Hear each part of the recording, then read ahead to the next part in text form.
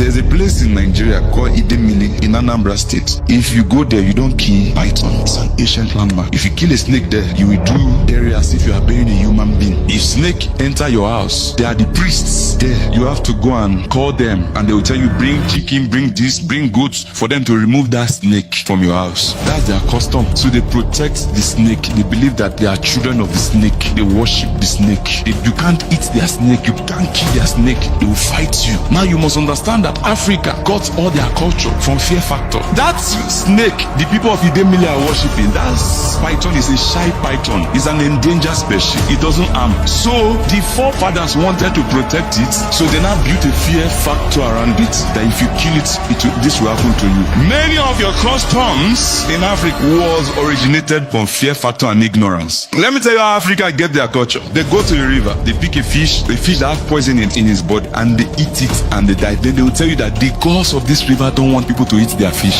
There are many rivers in your home that you don't eat the fish. Do you know why? Because somebody ate the fish and died. The Western world, they come to a river, they see some kind of fish or snake, they build something around it to preserve it, because it's an endangered species. Many tradition in Africa, many worship, many religion, fear factor, ignorance. Demons like ignorance. Now they will come and empower the ignorance. That's why it's called rulers of darkness. So growing up, I grew up with the mentality, the mindset that traditionalists, or in our traditional belief system, we worship these snakes. Now, these were the wrong informations that I was raised in, that I was taught by you know who. So to me, it's often all these religious preachers that always seems to have an opinion. They always have an opinion. They always have something to say over cultural belief systems and spiritual beliefs and practices. But at the end of the day, most of them are speaking with so much arrogance and so much ignorance, because I've seen it happen. I've been in a situation where the preacher was trying to tell the congregation that traditionalists offer sacrifices, so that those sacrifices or those energies and those forces are going to work against Christians. We are trying to use deities and spirits to work malignantly against Christians. So he told them that that's why they need to be more prayerful, so that the traditionalist is not going to win. And I sat there and I'm thinking, I'm 100% sure no right thinking traditionalist is thinking about you or trying to offer sacrifices so that whatever thing is going to do to you, we're just trying to look after what we want, or to gain what we want through the sacrificial processes. And like I said, it is always a Christian preacher who always uses wrong information with the aim of achieving or trying to make people to act or to do things in a certain way. Now, in Igbo culture, we have diverse animals that we have already adopted as our totem animals. Now, these animals, they embody certain characteristics or traits that can be found amongst our people. So we can say that these people, they behave in a certain way. They behave like this animal. There are people who be like, oh, these people are chameleons, or these people are, different people. They act in a certain way, and they have adopted an animal as a way to, talk about that they themselves are behaving like that animal. Now, in Igbo culture, we hear people say, omeka ago, omeka ago. Now, this is to say that our ancestors have, assimilated or adopted the ago, the leopard, as our Igbo totem animal. Now, communally, each community has their own animal. You have to also understand that each community, it differs community to community, but generally as in the Igbo, this is where we see that our Igbo uniform is this Isiago, although they print Odom on it, but our totem animal as in Igbo is the Ago and not the Odom. There is a difference. The Odom is lion, while the Ago is leopard. People always mistake the both of them. So like I'm saying now, communally, each community we have their own totem animal. Now, these animals, they have a deeper spiritual value. Now, the value of these animals could be gotten from their contribution during the early formation of such community. So if you look at each community that adopts certain animal, there is a reason why they adopted it. It is not about worship or veneration. There is a reason why they saw it fit or worthy to adopt that animal as their totem animal. Now, for instance, here we have Enwe Imoka. Now, what is the contribution of this Enwe Imoka? During the Northia and the Oka wars, the Northia people were winning the Oka people with stealth. They will ambush them and they will take over and they would, kill them and all those things. Now, for the people of Oka, it was something that was giving them sleepless nights, and they seemed to not know how or when the people of Northia would attack them. So they made an agreement with Imoka, a deity in Oka. Imoka decided to protect them, but it used monkeys. According to the myth, the stories around it, they said that when the people of Northia came to attack the people of Oka, the monkeys in the bush began to screech and began to make a lot of noise that literally alerted the people of Oka about an impending danger, which now helped them to gather themselves and to push back the people of Northia, and this helped to their own defeat. So the people of Oka now adopted the Enwe Monka as their own. Now today, if you kill this Enwe as their totem animal, if you kill this Enwe Monka, the monkey, they will sanction you. There are rituals that you have to perform because to them, this is sacrilege, it's an abomination for them. Now, communities such as Nnewi, Idemili, and Anjaba in Imo State, we share a certain cultural practice, which is the preservation of the python eke. Aina saw eke. Nnewi, Idemili, and Anjaba. They say Eke Idemili, Eke Idemili, and Eke Anjaba. We preserve them. We have high regard for these pythons. Now, Idemili and Anjaba, they see this Eke as a messenger to the deity, the goddess Idemili and Njaba. Now, in the Nnewi people, we refer to this Eke as Nwadiana.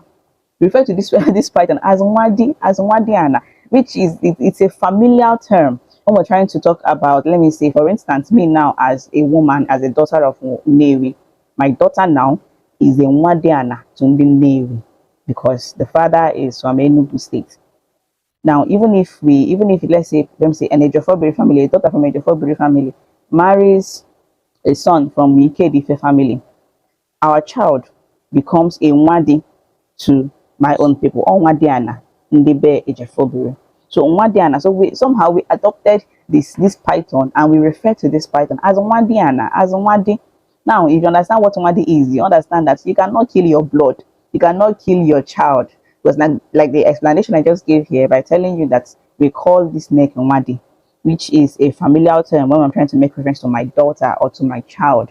So you see that we have adopted this python as a child to the Navy. This is why we call it Nwadiana.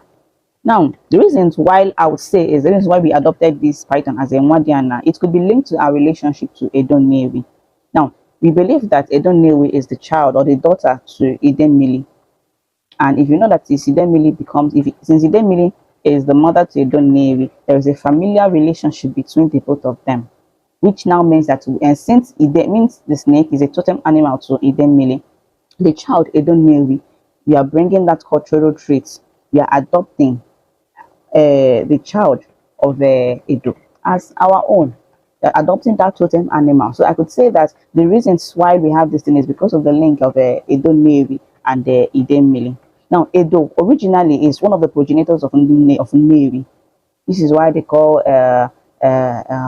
Navy Anedo, lands belonging to Edo. There are other communities we say land belonging to an Edo. So this is just me trying to like create a relationship why we call it Nwadi, but generally we call this next Nwadiana. So we see here that the regard that we offer to Idemili is, and to the regard that we are offering to Edo Navy is, everything that she came to Navy with, because we, the stories also have it that she also came with a pot of gold.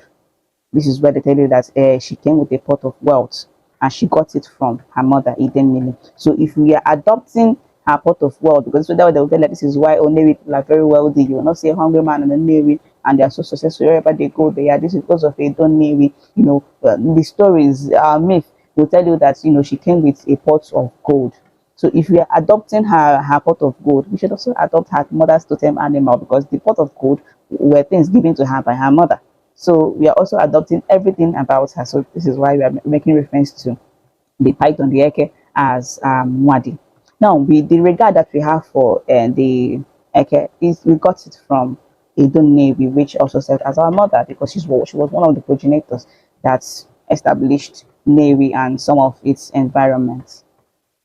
Now, unlike the belief of this pastor that the Idemili people and by extension the Navy and the Njaba community, that we worship these Eke.